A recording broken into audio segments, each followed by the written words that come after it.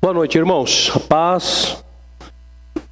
Que bom podermos ter esse momento de oração, de poder buscar a presença de Deus. A oração é muito boa. Eu acredito que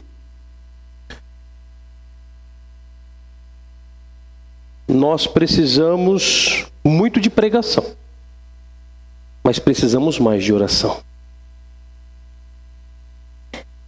Precisamos muito da presença de Deus nas nossas vidas, precisamos muito do poder e graça do Senhor sobre nós. Então viva uma vida de oração, tenha uma vida de oração. Às vezes a nossa correria do dia a dia, ela nos impede às vezes de termos aquele momento, de podermos agradecer ao Senhor, seja em pé, seja deitado, seja de joelho. O importante é não parar de orar. Não pare de orar. Nunca pare de orar, né? Martin Luther King, ele dizia o seguinte, né? Seja correndo, seja andando, seja deitado, seja se arrastando, ore.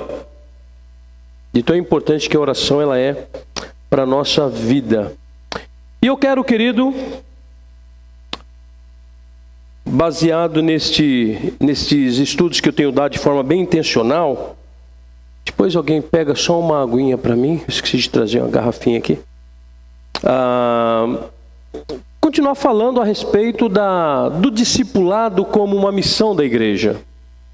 Discipulado que é uma ordenança bíblica, discipulado que é algo que todos nós fomos chamados a fazer. Discipulado é alcançar vidas. Discipulado é levar pessoas ao encontro de Jesus. E discipulado é a missão de todos nós. Alcançar vidas é uma missão minha. Alcançar vidas é uma missão sua. Alcançar vidas é uma missão da igreja. Eu gostaria que você abrisse a sua Bíblia em Mateus capítulo 28. Você já conhece bem esse versículo, né? Que faz parte da comissão, 28 do verso 18 ao 20.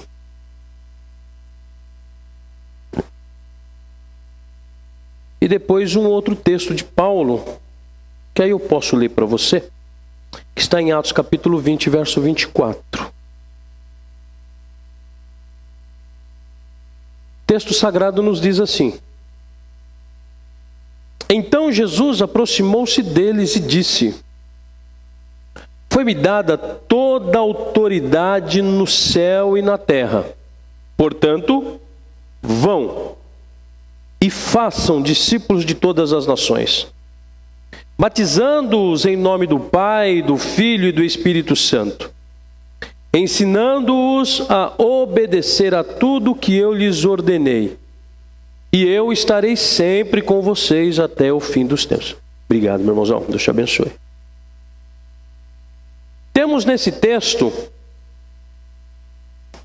algumas ordens, alguns imperativos de Jesus.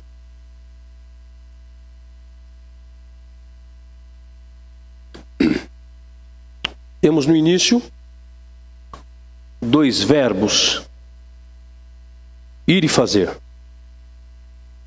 Vão e façam discípulos. Depois, seguido a isso, vem o que esse discipulado, o que esse ensino, ele tem a ver. Primeiro, é um ensino que é designado a todas as pessoas, todas as nações. E batiza-os. Mas não é o batizar por batizar. É o batizar sobre a autoridade daquele que é o nosso comissionador, Jesus Cristo. Eles batizaram em nome do Pai, do Filho e do Espírito Santo. Então nós apresentamos Jesus para as pessoas, nós obedecemos o Senhor, nós vamos, nós fazemos o que Ele pediu. As pessoas então nesse encontro com Jesus, cientes do seu pecado, elas vêm à igreja, elas são batizadas, mas aí a gente não pode abandonar. É interessante esta ordem dada para Jesus. Vão, façam batiza e depois ensina. Por quê? Vem depois do batismo? Porque o ensino, o discipulado, ele é constante.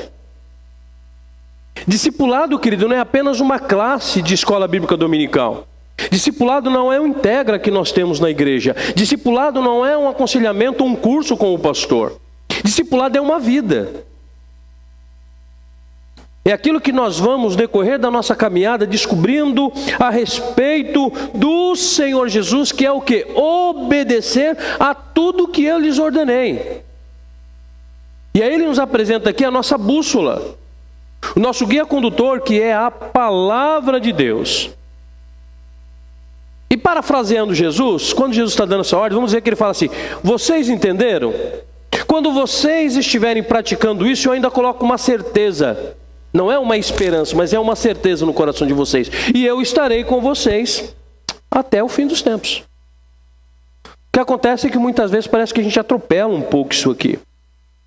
Mas o que eu quero conversar com os irmãos nessa noite é como o trabalho discipular, ele é uma missão de todos. Porque a missão da igreja é o quê? É alcançar vidas. Alcançar vidas como um dia eu fui alcançado, como você um dia foi alcançado. Aí o Paulo, ele entende esse recado de Jesus, que em Atos capítulo 20, verso 24, ele diz o seguinte: todavia eu não me importo, eu nem considero a minha vida de valor ou preciosa algum para mim mesmo. Tão somente se eu puder terminar a corrida e completar o ministério que o Senhor me confiou de testemunhar do evangelho da graça de Deus. Olha a visão que Paulo faz na compreensão deste imperativo de Jesus. Quando eu observo esses textos, e como eu estava meditando nesses textos, esses dois textos que nós acabamos de ler, querido, nós podemos chegar a uma conclusão totalmente lógica a respeito dele. Eu e você fomos chamados pelo Senhor para uma missão. E não é qualquer missão. A nossa missão como cristãos é alcançar o maior número de pessoas possíveis para Jesus. E como estamos nessa missão? Nós sabemos que Deus, através do Espírito Santo, Ele continua atuando no mundo. E o que Ele deseja é que nós nos juntemos a Ele nessa tarefa. Foi por isso que Ele nos salvou. Foi por isso que Ele nos salvou, Ele nos chama, nos salva, nos vocaciona e nos envia. Então nós somos o quê? Somos os mensageiros do amor de Deus e dos seus propósitos sobre a vida das pessoas nesse mundo, através da pessoa bendita de Jesus. Esse período que nós estamos vivenciando, período de Páscoa, parece que é um período assim bem... Depois do Natal, né? Obviamente, a maior festa cristã é a Páscoa. E parece que as pessoas ficam quebrantadas. No Natal, elas têm uma perspectiva, na Páscoa, ela tem outra perspectiva. Natal é o nascimento, Natal é a alegria, Natal são os brilhos das luzes... Natal é o encanto dos enfeites. Olha, Jesus nasceu, então nasce sobre nós uma nova esperança. Muito bem. Aí chega a Páscoa. Então aí vem a via dolorosa. Aí vem aquilo que Cristo, Ele passa simplesmente por nos amar. Simplesmente por acreditar na humanidade perdida. Jesus, Ele acreditou em você. Jesus, Ele acreditou em mim. Quando nós nem existíamos ainda. Ele acreditou quando o homem, perdido nos seus delitos e pecados, sem credibilidade nenhuma, separado de Deus, sozinho no mundo, destinado à ira e à perdição eterna. Aí Deus tem um plano. E esse plano de enviar Jesus. Olha, eu já enviei a minha palavra, eu enviei os meus profetas, mas o povo ainda... Eu fico às vezes imaginando, irmãos, o conselho no céu, o conselho da Trindade. Eu sou uma pessoa que eu tenho uma mente muito criativa em relação a isso. E isso não é antibíblico, mas eu fico imaginando. Senta lá, né, a Trindade para conversar e fala: olha, eu levantei Abraão pisou na bola, Abraão ele quis cortar o caminho pela metade. Eu levantei Isaac também pisou na bola. Eu levantei Jacó. Puxa vida, eles pisaram na bola. Depois vem os outros, vem Davi. Aí o povo que eu escolho para mim é um povo que prefere pecar. É por isso que quando você estuda a história do povo de Israel, é muito cíclica, né? O povo se arrepende, se converte dos seus maus caminhos, Deus começa a abençoar, o povo começa a crescer, começa a prosperar, começa a ficar grande, aí começa a esquecer de Deus e começa a pecar. Aí vem uma outra nação numa guerra, luta contra eles, leva eles cativos, aí no momento de alguns anos eles se convertem de novo. Pode ver que é cíclico, porque a nossa vida é assim também. Não há nada de novo. A questão é a forma como nós enxergamos o que Deus fez em nós através de Jesus Cristo e aquilo que Ele nos capacitou para fazermos em prol de pessoas também. Em prol de pessoas que estão sem Jesus. Aí, nessa tarefa que nós temos, nessa tarefa de salvação, que nós fomos salvos através de Jesus, e Jesus nessa conversa com a Trindade, né, Jesus está lá, ele fala assim: olha, eu tenho um plano. Talvez Jesus fala assim: pai, qual é o teu plano? Ele fala: olha, meu plano é um plano, né, muito bom, mas eu não sei se vai ser bom para você, porque você vai ter que ir lá. E Jesus fala: não, pai, é para salvar a tua criação. Eu me submeto, eu vou. Então Jesus, aí o que acontece? Aí Deus precisa. Por isso, querido, quando eu acho muito legal isso aqui, que eu coloquei aqui, que Ele nos salva, Deus está atuando no meio e deseja que nós nos juntemos a Ele nessa tarefa. Ele falou: só que eu preciso de pessoas que concorde com o meu projeto. O filho já aceitou. Agora eu preciso de pessoas lá que tenham um coração alinhado com o meu coração.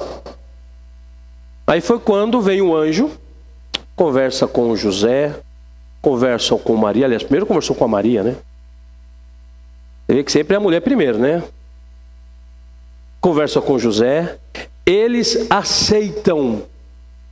Então, numa pregação, acho que no primeiro ano aqui na igreja, eu preguei, né? Por que tem Natal? Tem Natal porque um homem e uma mulher, eles optaram e colaboraram com o plano de Deus. É isso.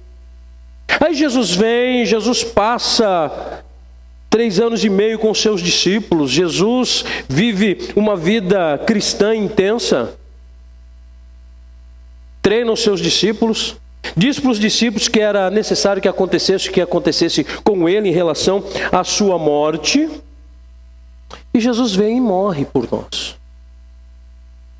Nós estamos falando aqui sobre as 7 palavras de Jesus na cruz nos domingos. Vou falar sobre a terceira palavra domingo. E dá para a gente sentir a intensidade da dor, a intensidade inclusive da preocupação ainda com o ser humano, mesmo estando ali naquela cruz cravado antes da sua morte. Palavras que ele traz de forma a mostrar por que ele veio e como hoje nós somos esses enviados, somos esses mensageiros do amor de Deus e desse propósito. E aí Jesus morreu. Aí você, nesse período de Páscoa, nós fazemos o louvor, nós adoramos a Deus. Como hoje, eu tive um momento com a dona Zizi. Foi muito gostoso. Fui comer bolinho com ela. Teve bolinho hoje. Aquele dia não teve bolinho, mas hoje teve. Conversamos, oramos, rimos. E eu falei: a senhora é uma jovem de 91 anos. Eu quero aceitar a sua dificuldade de ir para a igreja. Mas tudo bem, já que a senhora não pode ir à igreja, vem até a senhora. como pastor, eu acredito que nessa comunhão com a igreja, a senhora, eu vou levar a ceia para a senhora. Puxa vida, irmãos, precisa de ver a alegria dela. E eu falei, irmã, eu estou aqui todo, terminou a ceia, eu já venho trazer a ceia para a senhora. Porque é gostoso nós lembrarmos do que Cristo fez para nós. Para nós, enquanto cristão, não é tristeza, é alegria, há uma celebração. Existem outras pessoas que nessa época eles saem, fazem procissão na rua e choram e não sei o que, faz isso, porque vive apenas a questão emocional. A Páscoa não é emoção, a Páscoa é espiritualidade. Isso é Páscoa. E para nós é Páscoa sempre, como para nós é Natal todos os dias. É por isso que o Paulo, em 2 Coríntios capítulo 5, verso 20, ele fala que ele diz o seguinte: nós somos embaixadores em nome de Cristo, como se Deus exortasse por nosso intermédio. Em nome de Cristo, pois, rogamos que vos reconcilieis com Deus. O que Paulo está dizendo aqui, querido? Paulo nos dá a ideia, o que é um embaixador? O embaixador é um representante de um outro país, num país estranho. Só que esse embaixador, ele é enviado pelo seu Senhor, autorizado com a mesma autoridade. Então Cristo nos delega a autoridade dele. É por isso que ele diz aqui no verso que nós lemos: foi-me dado toda a autoridade no céu e na terra. Portanto, vão, façam discípulos, batize-os em nome do Pai, do Filho e do Espírito Santo, ensina-os a obedecer tudo que lhes ordenei, e eu estarei sempre com vocês. Ou seja, ele nos deu autoridade para isso. O que nós precisamos como igreja é entender que nós temos essa autoridade. E esse texto, ele nos leva a mergulharmos e tirarmos dele lições preciosas. Lições essas que nos farão entender a nossa missão de alcançar pessoas sem Jesus. E essa missão pertence a todos nós. Não querendo colocar um peso, mas sendo realista com você, haverá um dia que nós estaremos diante dele. E o dia que nós estaremos diante dele, não haverá desculpas. Não, Senhor, porque eu estava muito ocupado. Não, Senhor, porque eu estudava muito. Não, Senhor, porque eu tinha que cuidar da minha família. Não, Senhor, não haverá uma cobrança dele. E o que nós vamos dizer quando ele falar para nós assim: mas você, Claudemir, você tinha lá um colega seu de faculdade e que esse colega precisava ouvir do meu amor porque ele não tinha o coração em mim. E você estava lá. O que você fez? Não, Claudemir, você tinha um vizinho e esse vizinho não me conhecia. E você nunca falou do meu amor para esse teu vizinho. E esse vizinho não está aqui, porque você foi omisso. Obviamente existe na questão da eternidade a questão de galardão. A gente pode não perder salvação, mas podemos perder galardão, que isso aí é um outro assunto. Mas é importante que nós tenhamos, querido, a compreensão da missão que deve arder no nosso coração de alcançar pessoas. E esse texto me faz pensar que, para que nós alcancemos a missão essa que é de todos, em primeiro lugar, nós precisamos confiar na competência do nosso comissionador. Quem nos chamou não foi qualquer pessoa. Quem te chamou não foi eu, irmãos.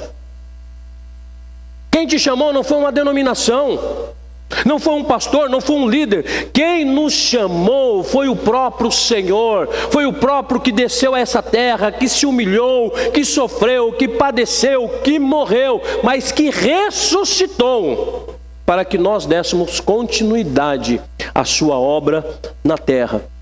É por isso que nós falamos que o livro de Atos dos Apóstolos, ele não termina no capítulo 28. Não terminou ainda, porque a missão continua, e Deus conta comigo e você para estarmos escrevendo ainda essa história.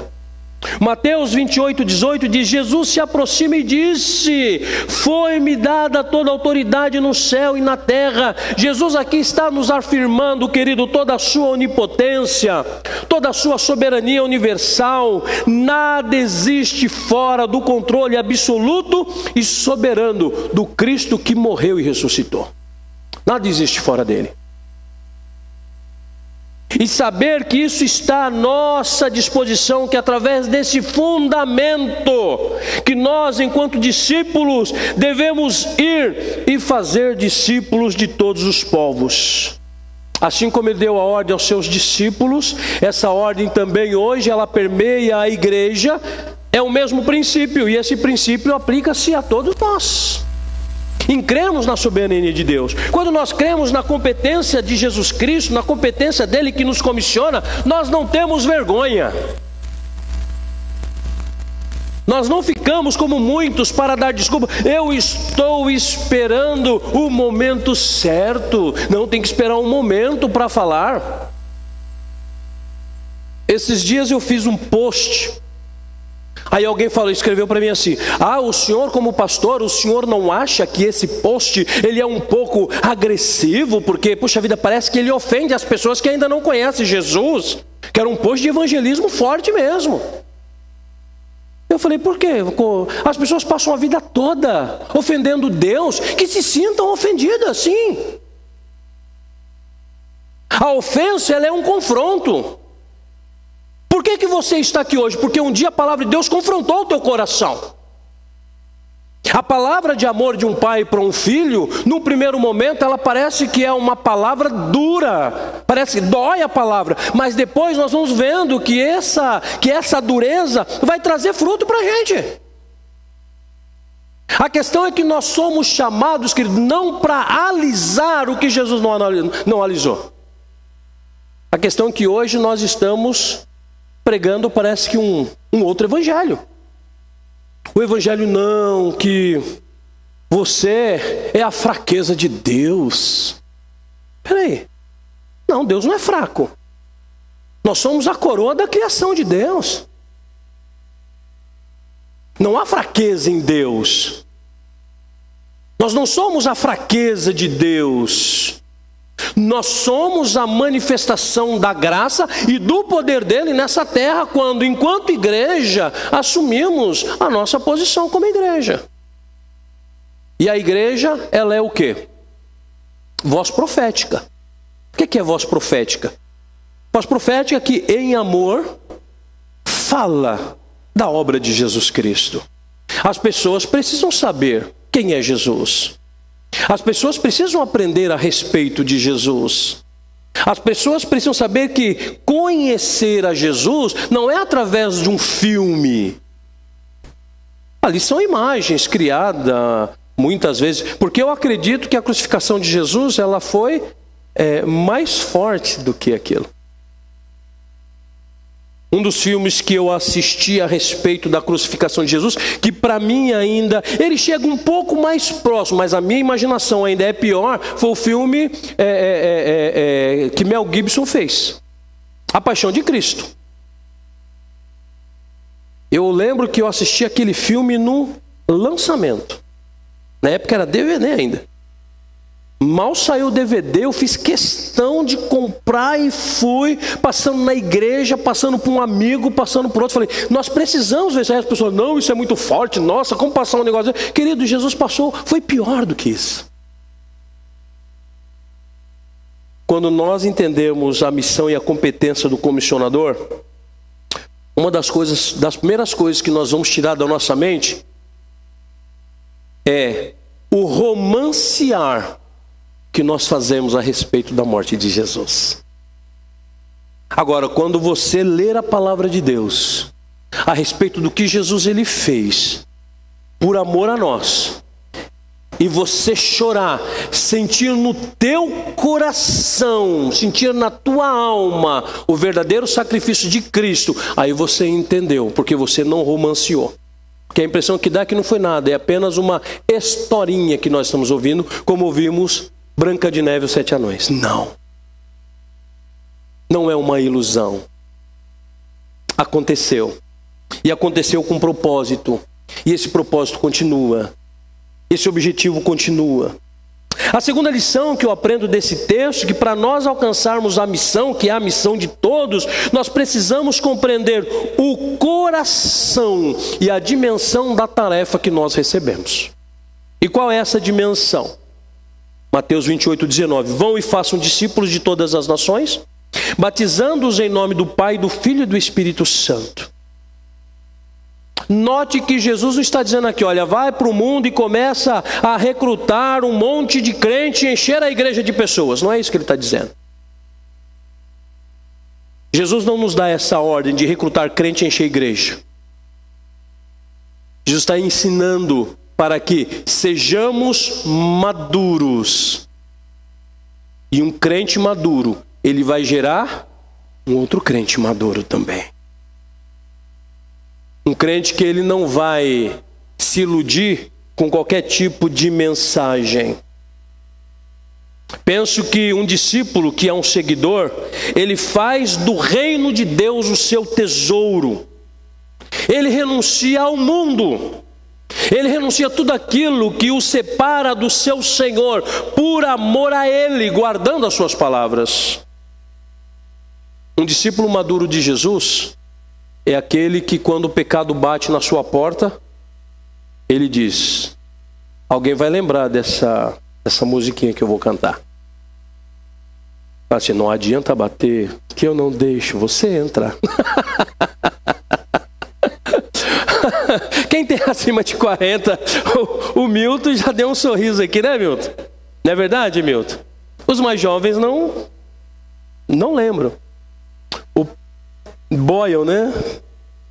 Mas o pecado, ele é assim, ó. Tá toda... ele não bate na nossa porta, ele mete o pé na porta do nosso coração.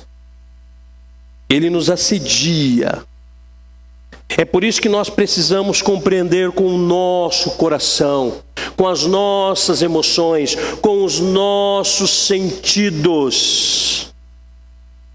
O coração da grande comissão é fazer discípulos de Jesus e não produzir evangélicos em massa. É interessante que esses dias eu estava vendo aí um censo, eu não sei de onde as pessoas tiram isso, dizendo assim que como o evangelho, ele cresceu no nosso país. Mas nós não vemos mudança. Nós não vemos transformação na política. Nós não vemos transformação em cidades. O evangelho genuíno, quando ele se desenvolve, querido, ele traz mudanças. É por isso que sempre quando eu penso que tem vários crentes, várias pessoas que a gente conversa e fala assim: pastor, o senhor acha que o nosso país, ele vai passar por alguma perseguição cristã? Eu falei, não, nós já estamos passando. Só que é muito pequeno em detrimento a pessoas que estão em outros países. O que o senhor acha disso? Eu falei, eu acho bom. Espera aí, pastor, como assim que o senhor acha bom? Eu acho bom.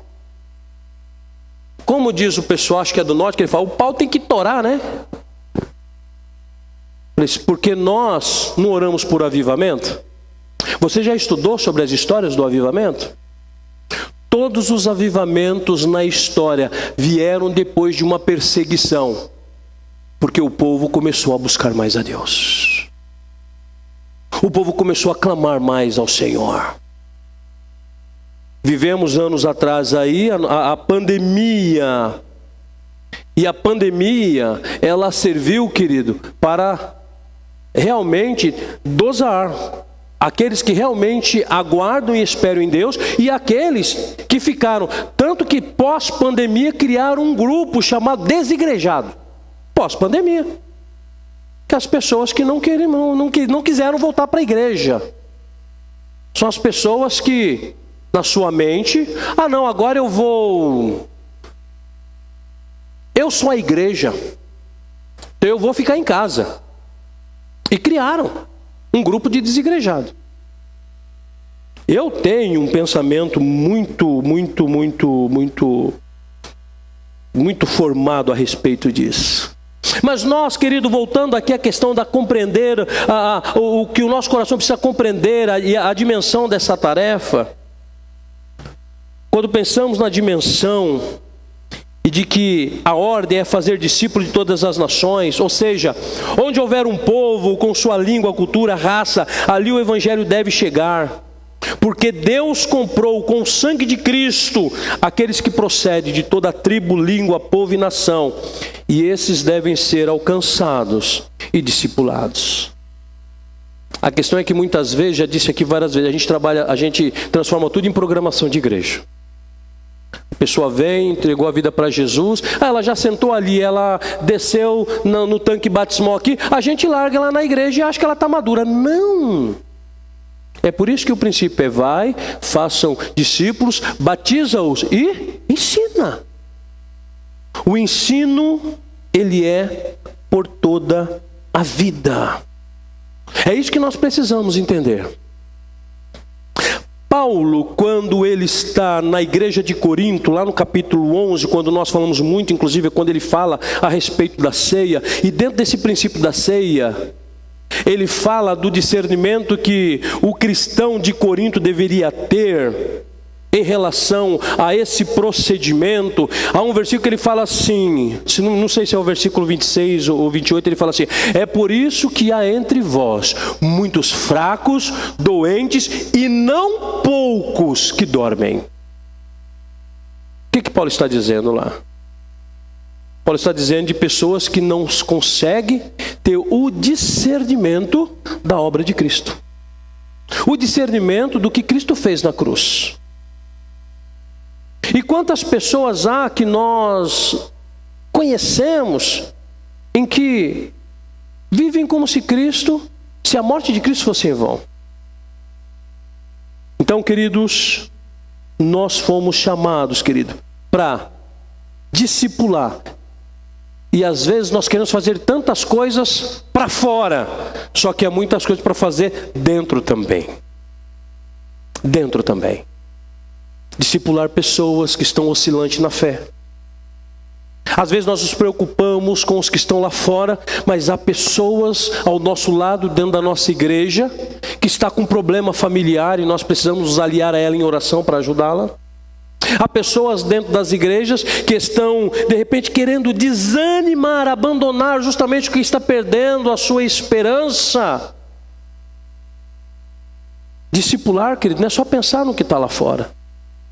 Discipular é você chamar os que estão dentro também e dizer: olha, vem na minha casa aqui que eu vou fazer um bolo de fubá e um café para você. Olha que coisa boa. Como que você está? Como que estão as coisas? Posso orar com você?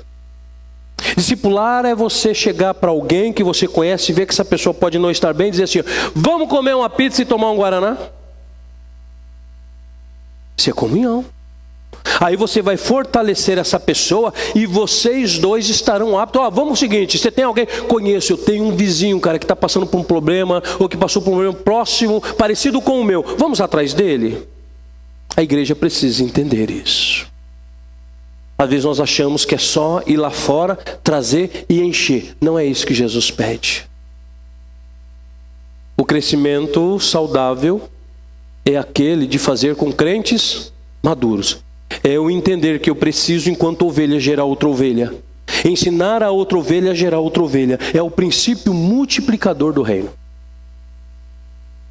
A terceira lição que eu aprendo com esse texto, que para nós alcançarmos esta missão, que é a missão de todos, nós precisamos saber quais são as implicações dessa responsabilidade. Eu assumo responsabilidade quando eu entendo também as suas implicações. Ensinando-os a obedecer tudo o que eu lhes ordenei. Ou seja, como nós podemos aprender o que Jesus nos ordenou? Aqui, ó. Esses dias eu conversei com um crente, ele falou: pastor, eu não leio muito a Bíblia não, pastor, porque eu começo a ler e dá sono. Falei: interessante, eu começo a ler, eu perco o sono. Tantas coisas que Deus ele mostra, tantas coisas que Deus ele aponta, tantos confrontos que a palavra de Deus ela traz para o nosso coração, para o nosso crescimento espiritual. E é justamente isso que o diabo quer, eu disse para essa pessoa. Ele quer que você perca, que você tenha sono. Ele quer que você durma fisicamente, porque você dormindo fisicamente, ignorando a palavra de Deus, você também vai dormir espiritualmente. Ser um crente espiritual sonolento. Nós precisamos conhecer Jesus. E Jesus se manifesta, Ele fala. Essa palavra que testifica a meu respeito.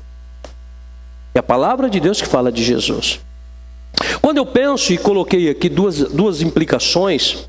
Primeira implicação é a integração desses novos convertidos, ou dessas pessoas que já estão inseridas no corpo de Cristo. Discipular está relacionado, querido, a integrar as pessoas à igreja, começando pelo meio do batismo. Então tem pessoas que já se batizou, muito bem.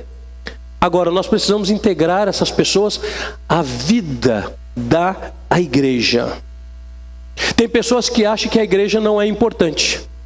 Tem pessoas que ficam 1 mês, 2 meses sem vir à igreja e dizem que não é importante.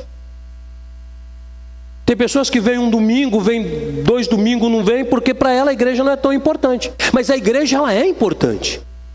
O ajuntamento dos santos é importante, querido. Nós precisamos ter isso em mente. Se você não tem, querido, sinto em dizer para você, você precisa mudar. Não estou dizendo para você ser um beato, uma beata de igreja, mas nós temos que ter compromisso com o reino é saber que se Deus levantou um corpo que é a igreja, eu preciso ter desejo de me reunir a essa igreja. A igreja tem que fazer parte da minha prioridade. A igreja deve ser a minha prioridade também. Sabe por quê? Porque não existe crente isolado. O cristão, ele não pode ser uma ilha. Não existe alguém que esteja fora do corpo. É por isso que eu não creio nessa palavra desigrejado. Eu acho que a pessoa, para não dizer que é desviada dos caminhos do Senhor, ela fala que eu sou desigrejado, porque desigrejado fica mais chique. É mais chique dizer. Mas você é desigrejado por quem? Ah não, porque a igreja, aí tem uns que dão as desculpas. Já conversou com o desigrejado? Ele te dá cada desculpas. Ah não, porque porque um dia eu estava lá e alguém falou um negócio, eu não gostei, então eu prefiro ficar. Eu oro a Deus todos os dias, eu tenho a minha forma. Gente, essa questão é uma questão que Satanás, ele quer realmente que você desvincule-se de igreja e de outras pessoas. Esse é o desejo de Satanás. Porque no momento de adversidade, você parece que você não terá a quem recorrer. Você ficará sozinho. E Satanás, ele não tem dó de ninguém, ele vai jogar isso na sua cara também. Aí a pessoa, puxa vida, eu estou sozinho agora, e agora? O que eu faço? E agora? Quem poderá me defender? Agora, quando nós estamos juntos, aí eu ligo para o irmão e falo, irmão, posso falar com você? Cara, estou me sentindo assim. Ora por mim.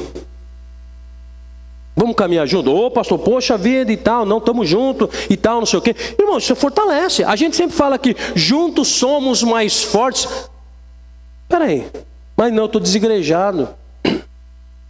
Eu vou na igreja quando dá. Não, irmãos, isso não é ser cristão. Talvez possa ser uma palavra difícil de engolir, eu sei que às vezes, ela pode soar um pouco indigesta, mas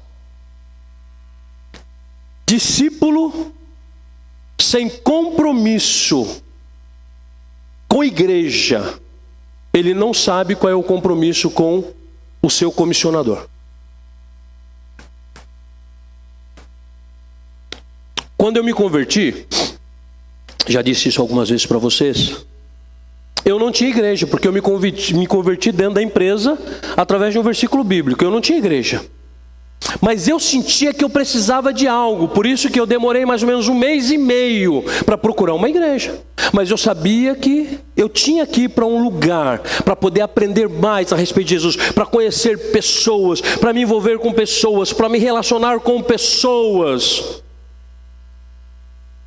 A questão, irmãos, que eu quero abrir a tua mente é que quanto maior é o teu relacionamento com pessoas, maior é a possibilidade de frustração.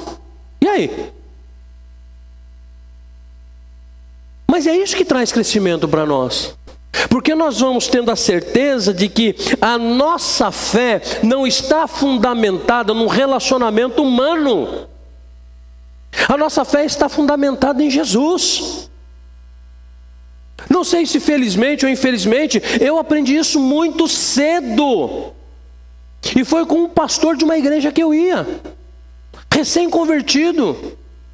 Não passei por um princípio de discipulado, mas lia muito a Bíblia, já li a Bíblia várias vezes, e aquela sede querendo me envolver com a igreja. E um dia teve uma eleição na igreja, e o pastor disse: não, vocês votaram no Claudemir, mas o Claudemir não pode, porque ele não se batizou, ele não faz parte dessa igreja. Porque só faz parte dessa igreja quem se batiza. Irmãos, aquilo para mim, e eu sempre falava para ele: pastor, eu quero me batizar, mas eu quero que seja o batismo de Jesus, que para mim era o batismo de imersão. E a forma como ele trouxe de forma tão rústica, no meio de uma igreja jovem, de 16 para 17 anos, recém-convertido, aquilo, eu falei: puxa vida, eu me senti excluído. Ele poderia ter falado de forma diferente: olha, querido, deixa eu avisar vocês aqui, olha, vota no Claudemir ainda não, porque o Claudemir ainda a gente tem um processo com ele e tal, não sei o quê.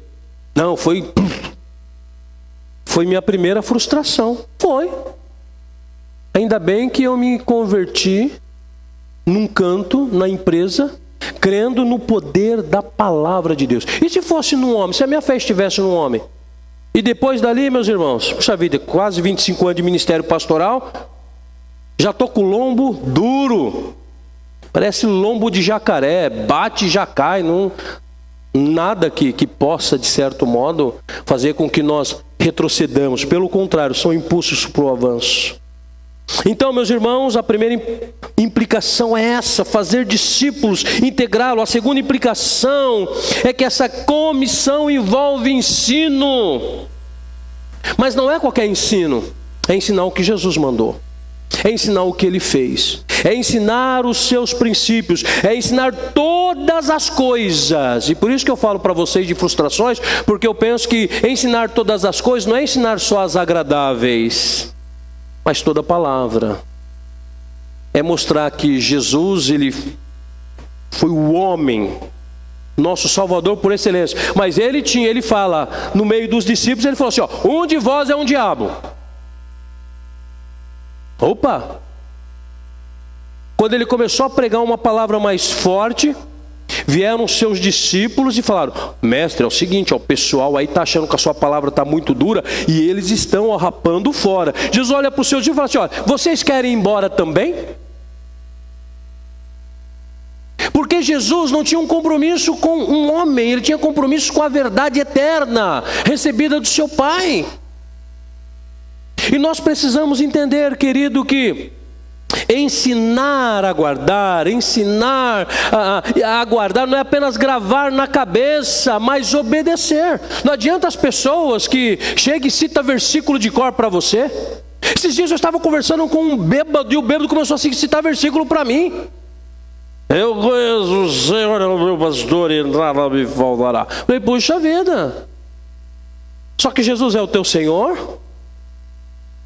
Se ele fosse teu Senhor, tu não estava nessa situação que tu está. Ele nada te falta, mas parece que te falta alguma coisa, porque você está compensando. A ordem da compensação. Quantas pessoas que estão fora dos caminhos do Senhor, que dá baile de Bíblia em muito crente que está dentro da igreja. Então a questão não é apenas gravar na cabeça, é obedecer, porque o verdadeiro discípulo é aquele que obedece. O verdadeiro discípulo é aquele que paga o preço. O verdadeiro discípulo é aquele que diz não para o mundo, diz não para o assédio de Satanás. E encerrando, queridos, alcançar essa missão, que é a missão de todos, é conhecer verdadeiramente os motivos para cumprir essa grande comissão. Jesus se aproxima deles e disse: foi-me dada toda a autoridade no céu e na terra. Vão e façam discípulos de todas as nações. Batize-os em nome do Pai, do Filho e do Espírito Santo.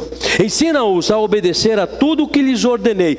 E estarei sempre com vocês até o fim dos tempos. O que eu penso a respeito disso, querido? Que não há desculpas para não cumprirmos a nossa missão de vida. Falar do amor de Jesus para alguém é missão de vida. Deve fazer parte da minha vida. Deve fazer parte do meu caminhar diário. O próprio Jesus, ele nos oferece, pelo menos nesse texto, 3 motivos para cumprir essa grande comissão. Ele oferece aos seus discípulos lá em Mateus 28. Mas ele oferece a nós também como igreja hoje. Ele oferece o poder que só ele tem. Quando ele diz, todo o poder me foi dado, toda autoridade e poder me foi dado no céu e na terra. Nós temos a ordem, nós temos o poder, nós temos a ordem de Jesus. Vão, façam, batizem, ensinam. E nós temos a presença de Jesus. E eu vou estar com vocês. Nunca estará sozinho quem estiver comprometido com Jesus. Eu posso estar sozinho se eu não estiver bem acompanhado fisicamente de pessoas. Mas Jesus nunca nos deixa só. Jesus é aquele que coloca as palavras certas nos momentos certos. Jesus é aquele que entende o coração e o sofrimento de cada alma. E Ele nos usa para levar o conforto, o confronto e a palavra dele. Não conheço ninguém que, entregando a sua vida para Jesus, primeiro não foi confrontado com a palavra de Deus. Confrontado. Não foi confrontado e pôde olhar para dentro de si e dizer, esse sou eu. Pecador, perdido no mundo, achando que estou fazendo as coisas certas, mas que bom que Jesus me encontrou. Quando observamos a parábola do filho pródigo, é justamente isso. O cara andava segundo o seu idealismo. Imagine que aquele pai é Deus, o cara está dentro da igreja e fala, Senhor, é o seguinte, eu quero curtir a vida. Quero a minha parte da herança. Qual é a parte da herança? Quero a minha vida, fazer dela o que eu quero. Então quero cair na gandaia, quero pro baile funk, eu quero ir pro carnaval, eu quero pintar e bordar. Porque lá tem bastante amigos. Ele tinha um irmão que, devido ao trabalho que tinham na fazenda, eles não tinham muito contato, não era muito íntimo. Como muitas vezes dentro da igreja a gente está trabalhando, nós não somos tão íntimos. Mas isso não dá motivo para a gente pegar a nossa vida e fazer dela o que nós quisermos. Não tenho apoio dentro da minha casa. Aí vai, gasta tudo. Gasta toda a sua energia, gasta toda a sua vida. É enganado pelos seus amigos, porque os amigos lá de fora nos decepcionam mesmo. Se a gente passa às vezes frustrações dentro de igreja, irmão, quem dirá lá fora? Imagine isso. Aí de repente, ele cai num estado de pecado tão sério, tão grave. E aí ele começa a lembrar, puxa vida, lá na igreja, eu tinha o meu pastor que pregava uma palavra, que me confrontava, que me beliscava, que chamava minha atenção, que puxava minha orelha, mas ele queria o meu bem. Olha, sabe de uma coisa? Eu estou no fundo do poço e eu preciso voltar para a minha igreja, porque eu tenho certeza que o meu pastor vai me receber de braços abertos. Que os meus irmãos vão me receber de braços abertos. Ainda que tem alguns que falam, o camarada aí saiu da igreja aí, pecou, pintou, bordou, agora volta com cara de santo. Vai ter esses também, como o irmão fez. Espera aí, que negócio que é esse? Está fazendo festa aí, nunca me deu nada. A lição do outro irmão é a seguinte: nós estamos diante de um Deus, nós estamos diante de um poder que Ele nos dá, que Ele compartilha conosco, e nós muitas vezes nós não desfrutamos disso. Nós somos aqueles que fomos chamados para resgatar, para trazer de volta e para fazermos a diferença, queridos. Nós não podemos, e não há, creio eu, justificativa para que possamos abortar o nosso chamado para alcançar as pessoas para Jesus. Porque Jesus, ele já nos deu todos os motivos para cumprirmos a nossa missão. Temos mais do que motivos para ele. Lembre-se, não haverá desculpas diante dele quando somos chamados para fazer do discipulado, do ensino, do colar em alguém, de falar do amor de Jesus para alguém, como missão da nossa vida. A missão de alcançar as pessoas para Jesus, ela continua sendo a missão de todos nós. Se somos discípulos de Jesus, somos chamados para esta grande missão. Então confie na competência do comissionador, que é Jesus Cristo. Compreenda o coração e a dimensão dessa tarefa que ele nos dá. Cumpra com todas as implicações dessa belíssima responsabilidade que nós temos. E conheçamos os motivos para cumprir essa grande comissão, que é termos o poder de Jesus que já está em nós, temos a ordem de Jesus que já recebemos dele, e temos a presença do Jesus até que ele volte para nos buscar. Que Deus nos ajude como cristãos, como discípulos e como igreja, e que o nome dele seja glorificado através da minha e da sua vida. Amém, meus irmãos? Vamos orar? Pai, muito obrigado, Senhor, pela tua palavra que vem de encontro às nossas vidas, ao nosso coração, nos exortando, nos trazendo sempre, ó Deus, aquilo que o Senhor quer de nós, Pai. Não vou dizer aquilo que o Senhor espera, mas o que o Senhor quer de nós. Obrigado, ó Deus, pelo teu chamado nas nossas vidas. Senhor, é um privilégio tão grande, Senhor, poder ser chamado de filho do Senhor. É um privilégio tão grande, ó Deus, fazermos parte de uma igreja, Senhor.